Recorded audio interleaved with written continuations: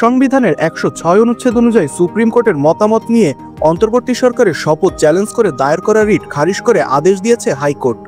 এ সংক্রান্ত বিষয়ে দায়ের করা রিটের প্রাথমিক শুনানি নিয়ে সোমবার হাইকোর্ট বেঞ্চে রিট খারিজ করে দেন। পর্যবেক্ষণে আদালত বলেন, বাংলাদেশের জনগণ অন্তর্বর্তী সরকারকে বৈধ বলে মেনে নিয়েছেন, কাজেই এ নিয়ে বিতর্ক থাকতে পারে না। এছাড়া আন্তর্জাতিক মহলও অন্তর্বর্তী সরকারকে মেনে নিয়েছে, সুতরাং এ নিয়ে প্রশ্ন তোলার সুযোগ নেই।